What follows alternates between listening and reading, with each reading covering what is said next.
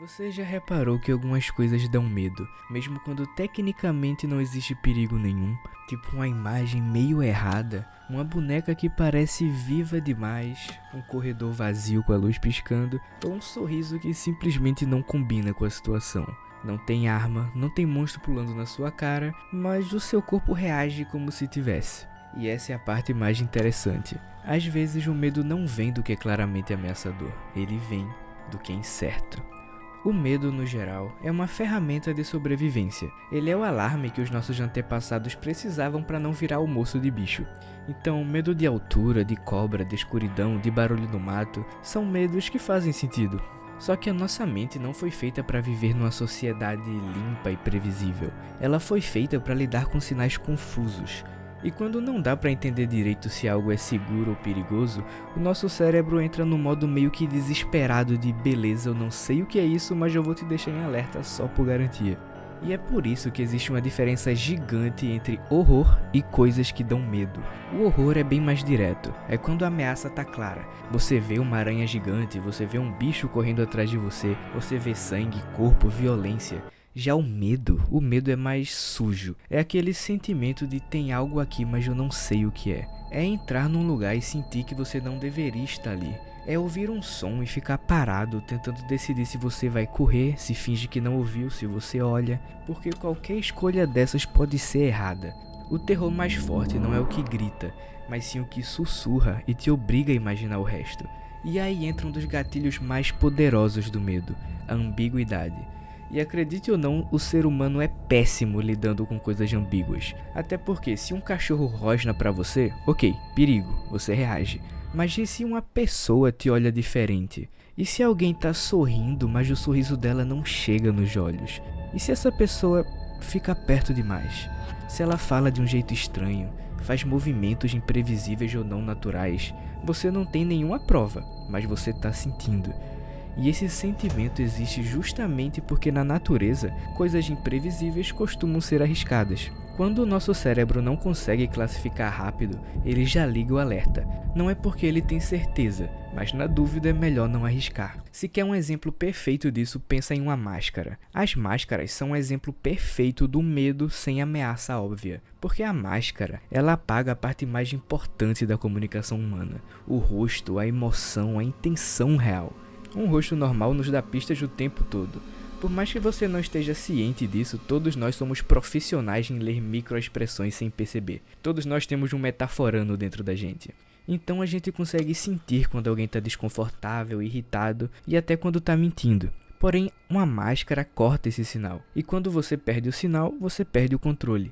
Você fica preso na dúvida de essa pessoa está brincando ou está me ameaçando. Esse é um dos motivos do palhaço ser assustador. Ele não é assustador porque ele é um palhaço.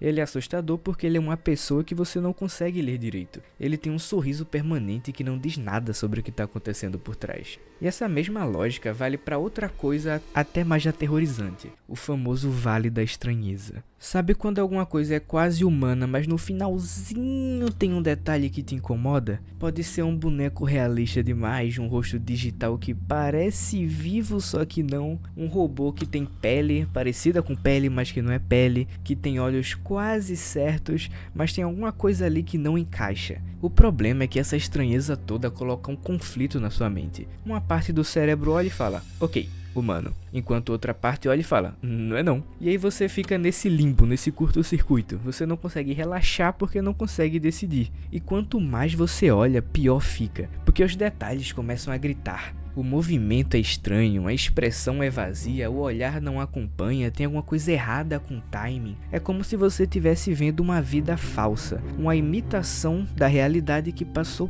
perto demais. E o mais louco é que não precisa nem ser uma coisa externa. Tem um tipo de ambiguidade que acontece dentro da sua cabeça aí e quase todo mundo já sentiu. Imagina que você está num lugar alto, vamos supor um apartamento no 12º andar. E esse apartamento tem uma varanda com um parapeito. Você se encosta nessa varanda, no parapeito, e olha lá para baixo. E por um segundo dá um impulso bizarro. não é uma vontade real de pular, mas é um "e se eu pulasse?". Isso é um choque, é quase um chamado do nada, como se tivesse algo invisível te empurrando. E isso assusta, porque parece que vem de você. Só que o que muita gente interpreta como "ok, eu sou maluco", pode ser na verdade o contrário. Isso é seu cérebro soltando um sinal de segurança tão forte que você interpreta errado. Isso é seu instinto gritando "se afasta porque você pode cair". Mas como nada te empurrou, como você não fez nada, a mente tenta explicar esse alerta do jeito mais sinistro possível, que termina em um "será que eu queria pular?". E isso é a ambiguidade de intenção. É o seu cérebro tentando dar sentido para um alarme interno. Então, se você perguntar para mim, por que as coisas dão medo? Muitas vezes a resposta não é porque são perigosas, é porque elas mexem com a nossa necessidade de entender o mundo rápido. Elas meio que bagunçam a fronteira entre categorias que deveriam ser claras: vivo, morto, humano, não humano, seguro, perigoso, brincadeira, ameaça, real e falso, intenção boa, intenção ruim. E quando essa fronteira some, a gente entra num modo de vigilância, e o medo vira um estado, não uma reação.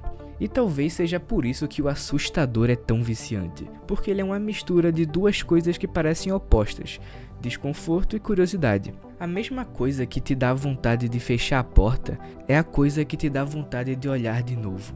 O arrepio é o corpo falando "cuidado", enquanto a nossa mente fala "eu quero entender". No final, a sensação de medo sem ter um perigo óbvio é mais um lembrete de que a gente não controla tudo, e ao mesmo tempo é a prova de que a gente é bom em perceber quando tem algo fora do lugar. Então quero te perguntar, qual é o tipo de medo que mais te pega? Você tem mais medo do susto e do monstro? Ou aquele medo mais quieto, quando parece que tem algo te observando na escuridão? Comenta aí, porque eu tenho certeza que todo mundo tem pelo menos uma coisa inofensiva que dá arrepios sem medo nenhum. Eu, por exemplo, morro de medo de piscinas vazias. Eu não entro numa piscina sozinho. E se você curtiu esse tema, eu tenho outro vídeo em que eu falo dos 7 níveis do vício em terror, que complementa bem esse vídeo aqui. Então espero que tenham gostado e até a próxima.